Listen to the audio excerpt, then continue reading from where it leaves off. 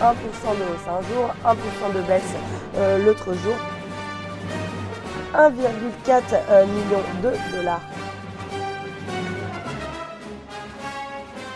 Bonjour et bienvenue sur Mon Financier pour cette nouvelle revue de presse de l'Écho. Et nous sommes le jeudi 9 juin et c'est demain que va commencer l'Euro de football 2016 dans un contexte social plus que tendu. Grève des éboueurs, pilotes qui vont débrayer et aussi la grève des trains qui se poursuit.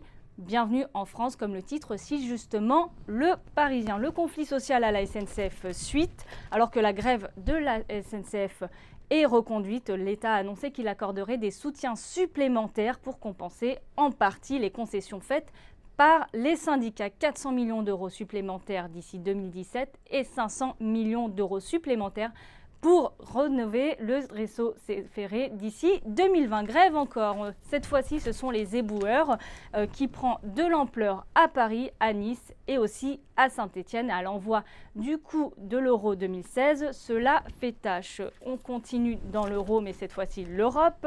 On le dit, on le répète, les taux n'ont jamais été aussi bas en zone euro. La Suisse, par exemple, qui emprunte à 20 ans à taux négatif, et l'Allemagne qui va suivre le même chemin, c'est-à-dire que les investisseurs sont prêts à payer pour que ces deux pays empruntent sur les marchés. C'est assez démentiel.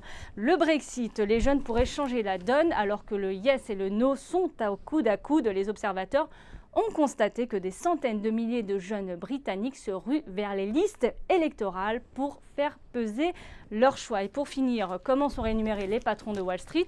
Même pour les 200 patrons les plus puissants de Wall Street, les temps sont durs.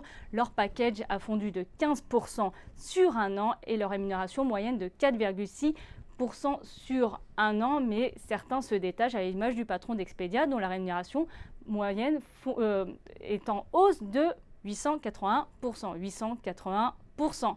Voilà pour cette revue de presse de l'Écho. Restez avec nous sur Mon Financier.